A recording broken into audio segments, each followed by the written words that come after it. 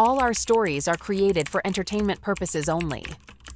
Life is a roller coaster, filled with unexpected moments that can either build us up or tear us apart, just like it did in my case. Let me give you a bit of background. I married my best friend's sister 10 years ago, and our love story goes way back to our childhood. You could say we were childhood sweethearts. Our dating days were a mix of sweetness and bitterness because our relationship nearly strained my friendship with Jacob, her brother. Her name is Candace, and she's not just my girlfriend. She's been my crush since childhood, the one and only woman I've ever set my eyes on. I even considered her my soulmate until she chose to break that unspoken soul contract between us, and that decision shattered my life and had consequences for our daughter as well. Our married life had been going smoothly, and our love never waned. She always took care of me, and I reciprocated. We have a wonderful 6-year-old daughter together, and Candace is an excellent mother. She's kind-hearted and empathetic, which made it hard for me to suspect her of anything untoward. I'm a lawyer, and my work often demands long hours in my office poring over case files. Despite my busy schedule, I've always made an effort to be there for her, making every moment special, just like the day I proposed to her 10 years ago, and she said a resounding yes. Candace works as an assistant manager in my brother's company. She's dedicated to her job, but that never stopped her from being a loving wife and mother. However, things took a turn when she got promoted to assistant manager at a different branch. Arguments became frequent, and she started coming home later than usual. I initially attributed it to the adjustment period, but my doubts and fears grew with each passing day. Candace came home completely intoxicated. Her friend had to drop her off because she couldn't even walk straight. Our daughter was already tucked into bed, so I helped Candace to our room. While changing her clothes, something caught my eye. A couple of big hickeys on her back and one on her shoulder. A wave of unease washed over me, and I couldn't help but feel anxious and have all sorts of thoughts racing through my mind. However, I tried my best to keep my composure, calm my racing thoughts, and not jump to conclusions. I decided to head to the living room and prepare for tomorrow's case. But no matter how hard I tried to focus, those hickeys kept bothering me, and I couldn't stop wondering how she got them. After mulling it over, I made up my mind to talk to her the next day before she left for work. Her distant and irritable behavior had already been bothering me, and these marks on her body just added to my concerns. It was disheartening to think that after a decade of sweetness, our marriage might be going sour.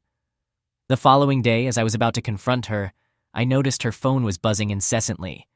It made me wonder who could be texting her so early in the morning.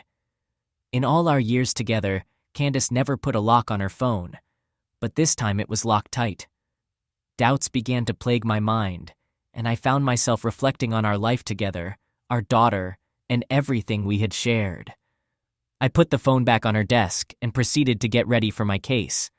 While in the kitchen preparing breakfast for Candace and our daughter, I sensed someone hugging me from behind.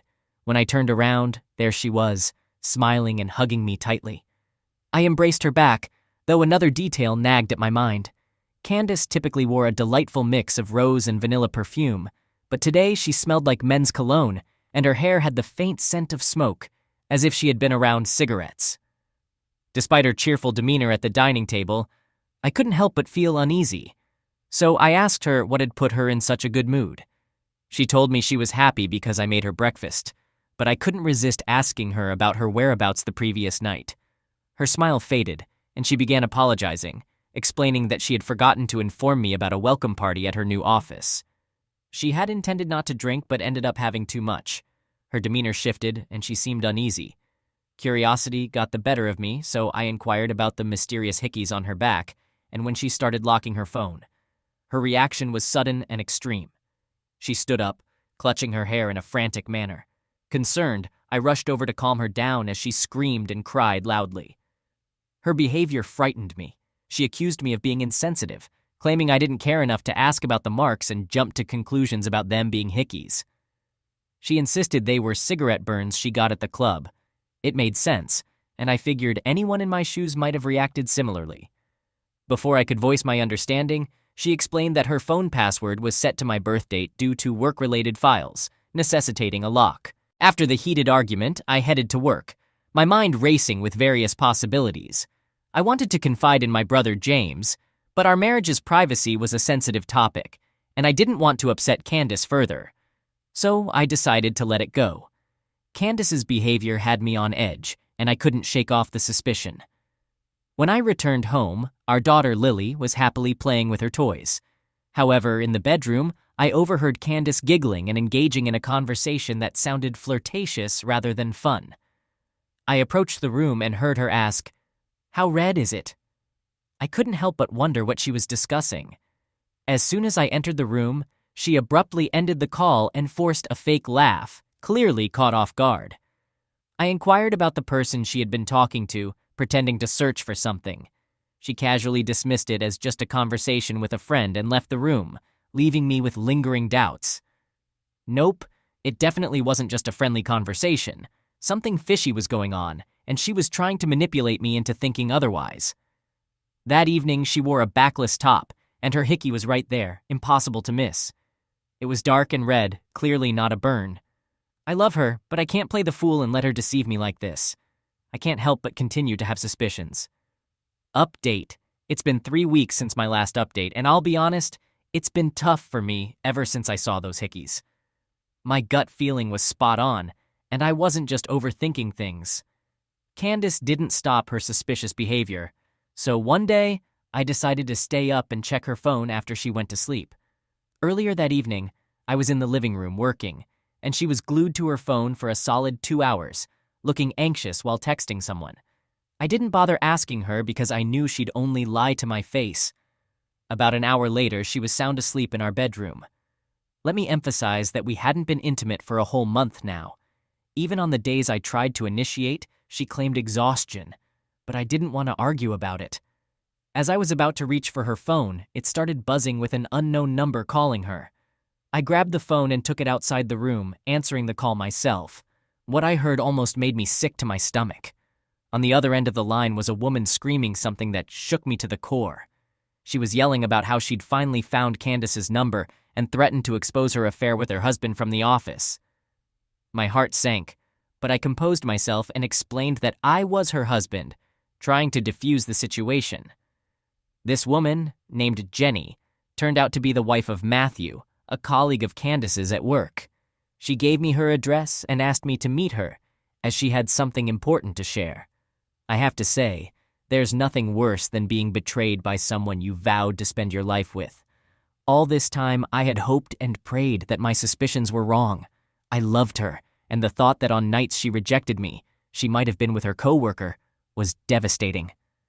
The following day, I went to meet Jenny, and seeing her pregnant and younger than both Candace and me made me feel sympathetic. She was in her 8th month of pregnancy, and her eyes were brimming with tears. Strangely, I couldn't cry.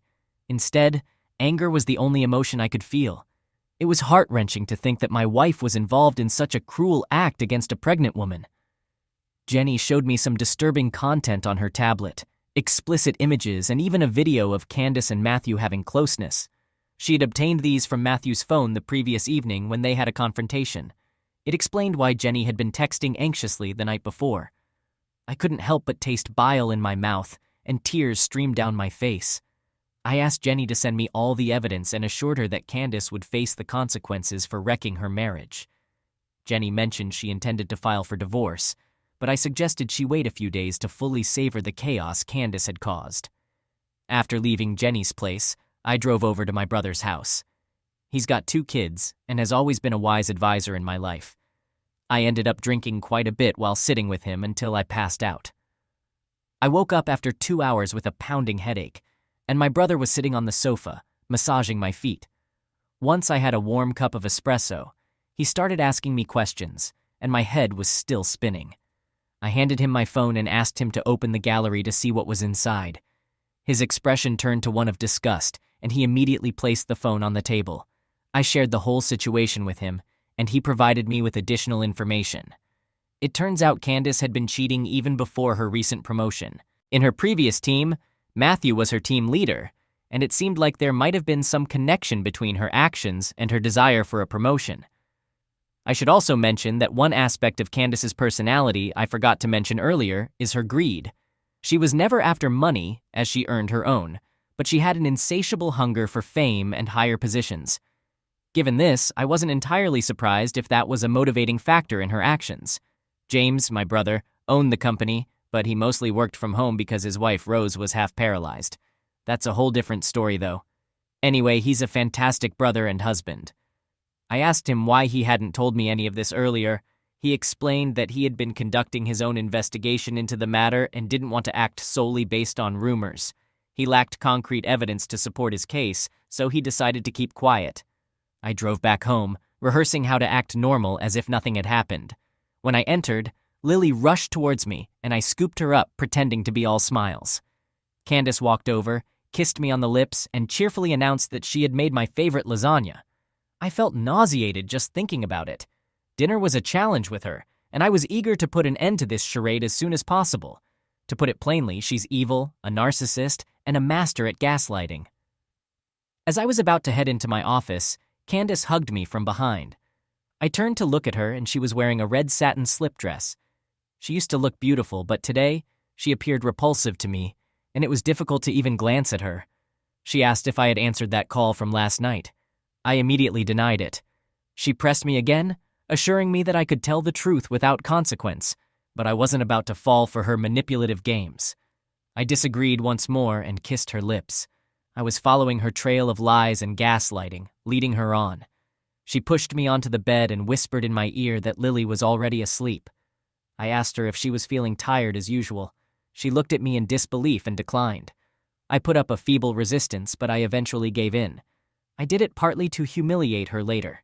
It's going to hit her hard when she realizes that I already knew about her deceptions and how repulsive her actions were. It turned out to be the most passionate encounter we'd ever had, and I felt no guilt about how it would affect her. After all, she had been using my emotions against me, so this time, I used her. Once she fell asleep, I carefully removed my arm from under her head, left the room, and made my way to my office. There were 3 missed calls from James. I called him back, and he asked me to meet him tomorrow. Apparently, there was something he couldn't discuss over the phone. I stood in Lily's room, gazing at her innocent face. I felt a mix of anger and sorrow towards Candace for robbing our daughter of her childhood and our happiness. Sleep eluded me as I pondered what awaited me next. I'll provide another update once I've sorted things out. Update. I apologize for the delay in updating you all.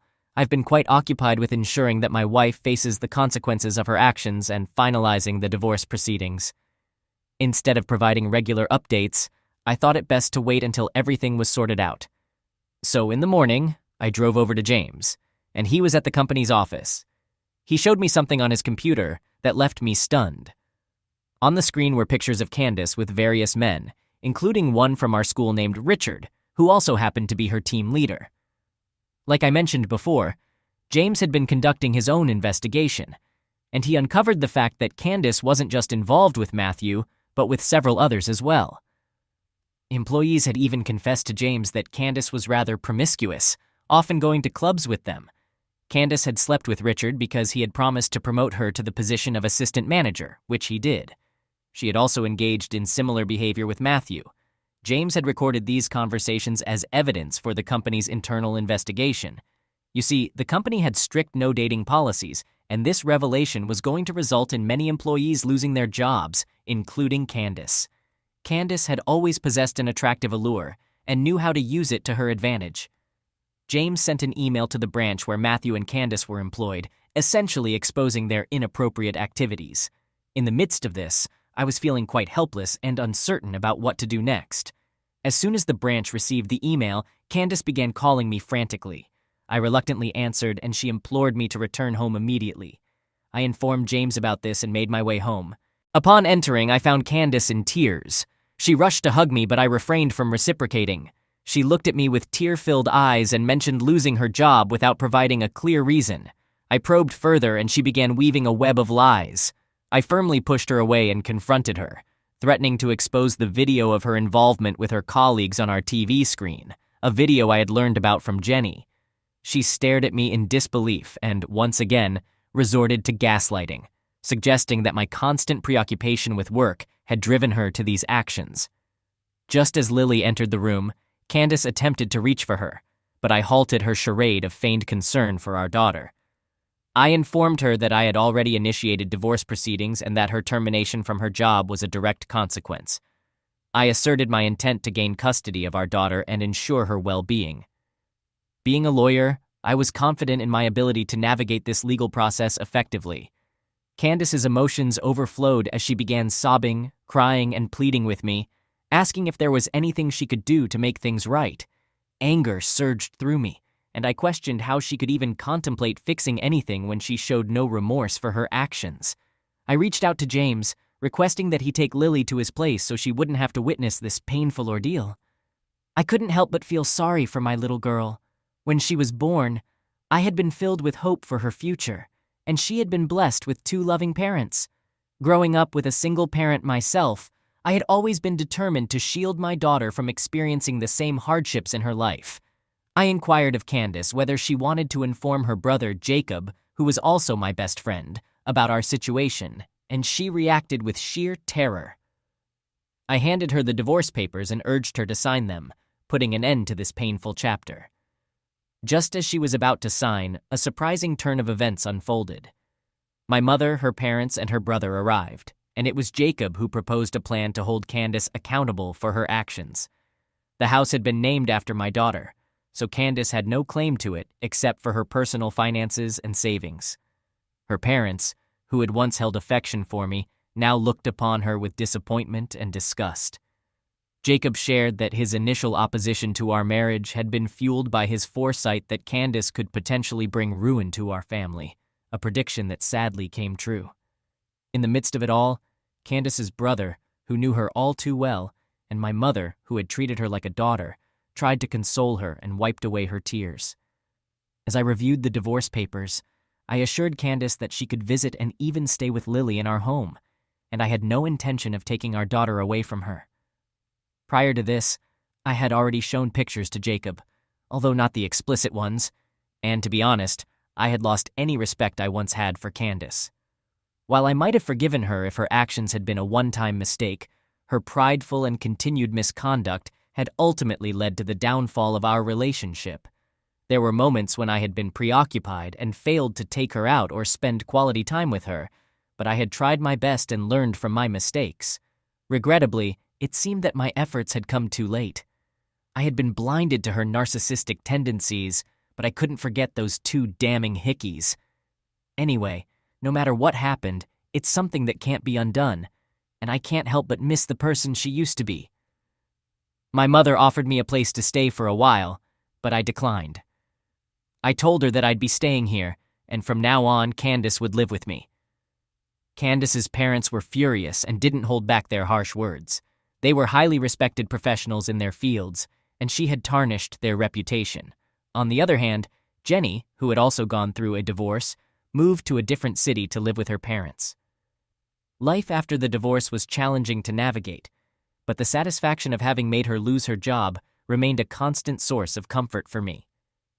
Seeing the aftermath of what transpired was tough for Lily, but she enjoyed spending time with her grandmother, engaging in activities like playing and coloring. At times she felt sad because, of course, the little one missed her mother. As for Candace, she embraced her newfound freedom to meet different men regularly.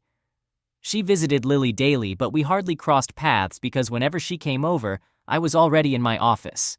I occasionally caught glimpses of Matthew dropping her off for a week, and after that, it was someone else. These were not just platonic encounters. She exchanged proper kisses with them after getting out of the car.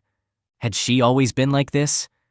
I was too blind to see it, and honestly, guys, I feel like I dodged a bullet. After 14 years together, I'm still in shock, and if it weren't for the breakdown in communication, I might never have uncovered the truth.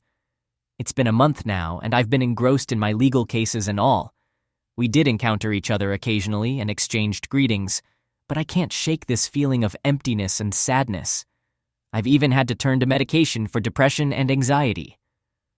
Candace, on the other hand, seems to be doing better than ever. She shows no remorse and continues with her actions. However, she does face occasional humiliation from mutual friends, which secretly satisfies me.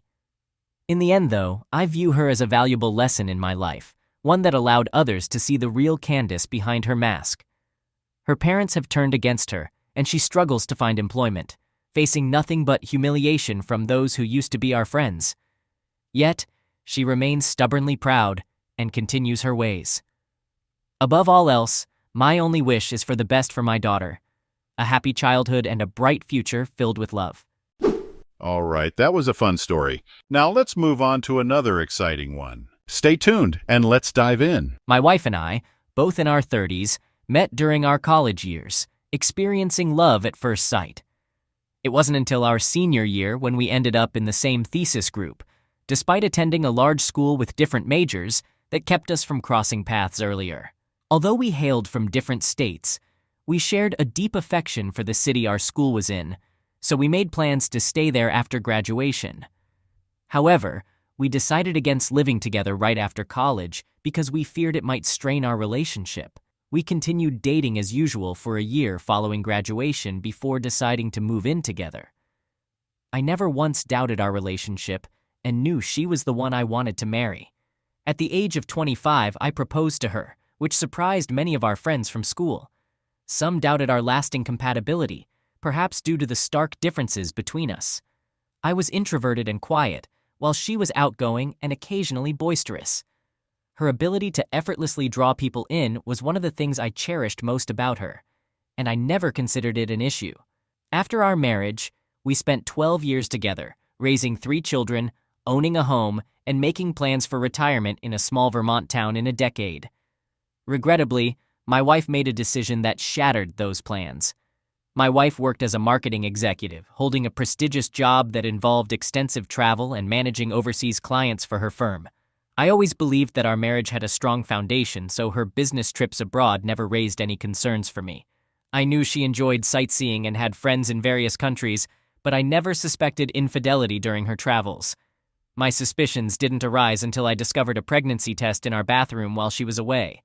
After our 3rd child, we both agreed that we didn't want more kids. We explored our options and decided that the most cost-effective and least invasive method to prevent pregnancy was for me to undergo a vasectomy. So I went through with it. Following the vasectomy, my wife ceased taking birth control and everything seemed fine. However, when I stumbled upon a pregnancy test in the trash while cleaning my bathroom, it raised some concerns. Looking back, she had been exhibiting signs of morning sickness. But the fact that she needed to take that test implied she was at risk of getting pregnant, and I knew it couldn't have been by me. At the time I found the test, my wife was abroad, and she was on a 6-hour time difference from us. She had mentioned she was likely asleep when we last talked around 4 p.m. my time. Out of curiosity, I checked her location on my phone and noticed she wasn't at her hotel. Instead, it appeared she was at a restaurant in the heart of Stockholm. If she wanted to have dinner with a friend, she could have simply informed me, but instead, she lied about going to bed. I had a hunch that if she was deceiving me, she must have had something to hide. I entered her office and accessed her computer to check her emails. Fortunately, she had her login details inside her notebook. I thoroughly searched for any signs of an affair and I found undeniable evidence. It appeared that she was involved romantically with a client she had been on a work trip to visit. As I combed through the emails, I discovered exchanges of pictures and updates about their personal lives. The message thread I stumbled upon dated back 3 years, but it seemed there were even more messages before that. They shared information about their families and future plans. Some messages seemed very friendly, while others were extremely explicit. I did some investigation and managed to identify the guy. I already knew he was a client, but what I didn't know was that my wife had met him while studying abroad in college, and they had stayed in touch ever since. She had known him even before she met me. Both of them continued with their respective lives, families, and jobs, but whenever the opportunity arose, they would meet for intimate encounters. I spent the entire night delving into the extensive history they had together, trying to piece everything together. It devastated me. I loved my wife more than anything, and she had kept such a significant secret from me all this time. I felt like I didn't even know the person I was married to, and I wanted out of the relationship. There was no way I could stay with someone who could lie the way my wife did. I immediately got in touch with a divorce attorney in the morning and sent them all the documents I had gathered, including screenshots from my wife's computer. In addition to what I had already uncovered, I stumbled upon some intriguing business secrets between my wife and her affair partner that I thought her boss should know about. Essentially, her trips abroad were completely unnecessary. She was creating fake trips at work and using company funds to pay for them. I found private conversations where she and the other man planned their rendezvous and came up with plausible excuses for work. It was just another layer of deceitfulness on my wife's part. I didn't confront my wife about it when I discovered everything. Instead, I decided to wait until she got home. However, when she texted me before her 13-hour plane ride back home, I had a sudden idea to expose everything to her while she was blissfully unaware. I reached out to her boss and forwarded all the evidence to him. He was shocked by the information and told me that he would discuss it with others to gather more information. Meanwhile, I packed a few bags for myself and the kids and headed to my mother's house. We wouldn't be at home when my wife returned. Later that day, I put my kids to bed and eagerly awaited the phone calls from my wife as she realized exactly what was happening. Around 1 o'clock in the morning, I received dozens of text messages and calls from her, insisting that we needed to talk. She asked where I was with the kids, and all I did was respond that I was divorcing her, and the kids were safe with me and their grandmother. She ended up coming over to the house, demanding to see the kids while they were asleep, causing a big scene. I showed her the kids so she knew they were okay. Then I told her she had to leave. I advised her to get a divorce attorney and be prepared for whatever her boss had in store for her. She told me that I had no right to go through her personal belongings the way I did, and she planned on filing a lawsuit against me. I wasn't sure how something like that would hold up, but I figured I would discuss it with my divorce attorney anyway. From what I understand, something similar happened with her partner abroad. I sent information to his employer about the misuse of company time and funds. I didn't know them personally, but I followed his wife on social media to see if there were any updates. She did end up leaving him. I proceeded with the divorce, and my wife put up quite a fight in the courtroom. There weren't any grounds for her to sue me in any way. On top of the divorce, her former employer filed charges against her for embezzlement of company funds. It seems like she'll be facing a hefty fine, but she likely won't have to serve jail time. However, the embezzlement lawsuit worked in my favor during the custody hearing. Now, I'm living a happy life without her. It was painful at first, and it took a lot of adjustment, but I now realize that she wasn't the person I thought she was. The woman I married would never have treated me the way she did. I'm relieved that I discovered her true nature and left her when I had the opportunity. My wife and I were married for 8 years, and we had 2 children together. I had a deep love for her and would have gone to great lengths to make her happy. However, she ended up tearing our family apart.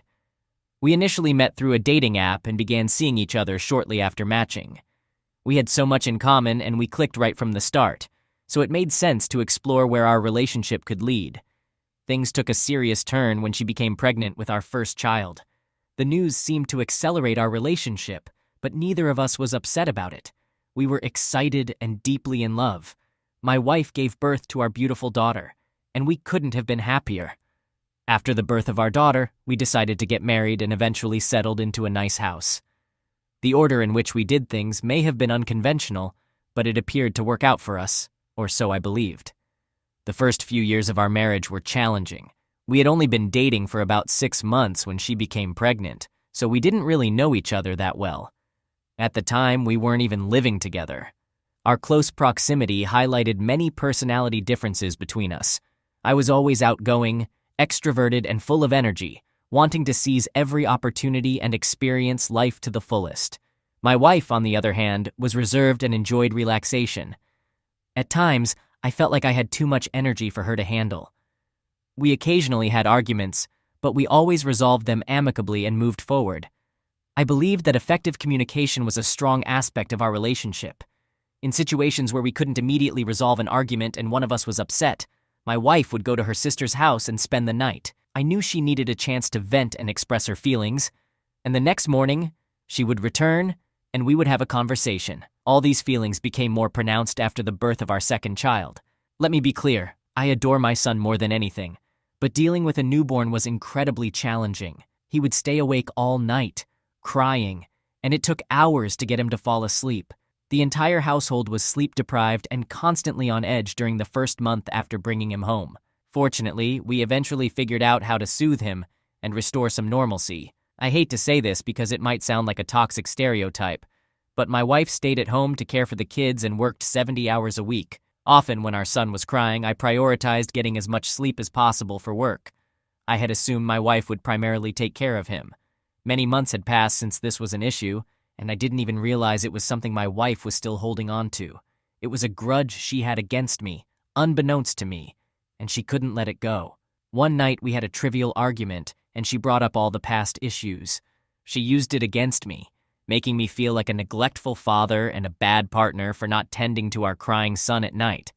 I defended myself, explaining that I had to work, and the exhaustion was affecting my performance.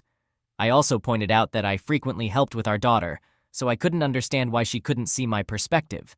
She was very upset and eventually stormed out, leaving me to take care of both kids for the night.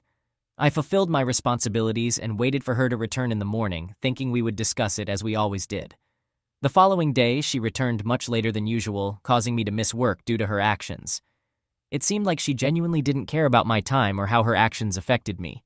We talked around noon and she was overly apologetic, as if she wanted to avoid further discussion and bring an end to the matter. After our conversation, she went to see the kids, and we didn't bring up the issue again. Over the next couple of months, her behavior changed significantly.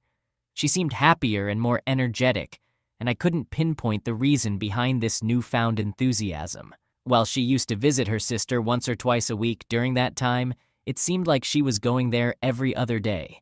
I didn't think much of it at the time, but in hindsight, I understand why she was going there.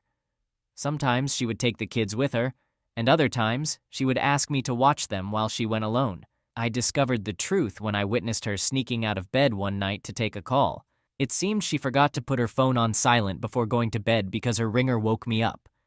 She answered the call before I could ask her what was going on, and she whispered for the person on the other end to hold on before slipping away from me. Immediately, I found this situation strange. It was unusual for her to receive a call in the middle of the night, and even more so for her to answer it and sneak away. I remained still, pretending not to notice, and waited for her to leave. After a minute, I quietly left the room to investigate. I heard noises coming from the laundry room, so I pressed my ear to the door to try and listen.